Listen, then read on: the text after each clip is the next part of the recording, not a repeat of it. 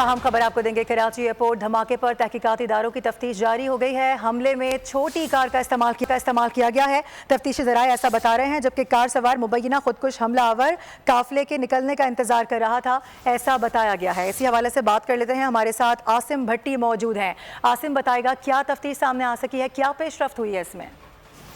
देखें, तहकीकात का सिलसिला अब बाकायदा तौर पे शुरू हो चुका है। सुबह की रोशनी से ही ये तहकीकात जारी है। इस वक्त भी काउंटर टेररिज्म डिपार्टमेंट और दीगर कानून नाफिज करने वाले इदारों की टीमें, जो तहकीकाती इदारे हैं, वो यहाँ पर तहकीकात कर रहे हैं। पुलिस और रेंजर्स ने जो है वकूआ को कॉर्डन किया हुआ है और गाड़ियाँ जो इस धमाके की जद में मुतासर हुई उनका मुआयना किया जा रहा है। साथ ही साथ जो इब्तदाई तहकीकाती टीम ने, जो ज़राए ने हमें इस बात की तस्दीक की है कि छोटी गाड़ी का इस हमले में इस्तेमाल किया गया है। गाड़ी कौन सी थी, इसका भी तहकीकात जारी है। इसका नंबर हासिल करने की कोशिश की जा रही है, क्योंकि यहाँ पर काफ़ी सारी गाड़ियाँ मुतासर, जो हम भी देख पा रहे हैं यहाँ पर, जो मुतासर हुई हैं, तो उसमें तहकीकात की जा रही है। दूसरी जानिब तहकीकाती ज़राए का कहना है कि ये जो इब्तदाई तहकीकात में चीज़ें सामने आई हैं कि जो हमलावर था मुबैना खुदकश, उसने गाड़ी निकलने का इंतज़ार किया है और जैसे ही गाड़ी ने सिग्नल क्रॉस किया है, गार्ड रूम के करीब गुजरते ही उसने गाड़ी को हिट किया है। दीगर जो गाड़ियाँ थी, उन्होंने जो उस वक्त यहाँ से गुजरे थे, उन्होंने अपना रिवर्स होकर फिर यहाँ से महफूज मुकाम की जानी वो गाड़ियाँ निकली हैं।